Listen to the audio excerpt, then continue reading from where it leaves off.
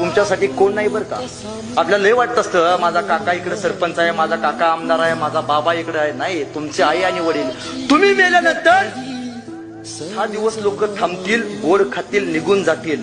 आयुष्यभर डोळ्यात पाणी घेऊन रडत असते त्याचं नाव आहे, आणि आयुष्यभर पिकल्या चेहऱ्यासारखा आयुष्यभर गावात फिरत असतो त्याचं नाव बाप आहे. दादा तुमच्यासाठी जगत असतो, त्या बापासाठी त्या आईसाठी आपण केलं पाहिजे. आज दुर्दैव या महाराष्ट्राचं साहेब, सगळ्यात जास्त वृद्धाश्रम भारतातली महाराष्ट्रात बघायला मिळतात. ज्या आई बापांनी तळहाताच्या फोडाप्रमाणे सांभाळलं त्यांना घरातनं बाहेर काढतो आपण. काय हो आपल्या अवकात दम असला ना, आई बापाचा 1 रुपया न घेता 1 गुंठा जमीन घेऊन दाखवायची. तुम्हाला वाटेल ते मी करायला तयार आहे. नाही, आई बापाशिवाय आपल्या जगण्याला अर्थ नाही नव्हे. जन्म सगळ्यात जास्त जर आपल्याला कुणी प्रिय केला असेल तर आई वडिलांनी केलाय.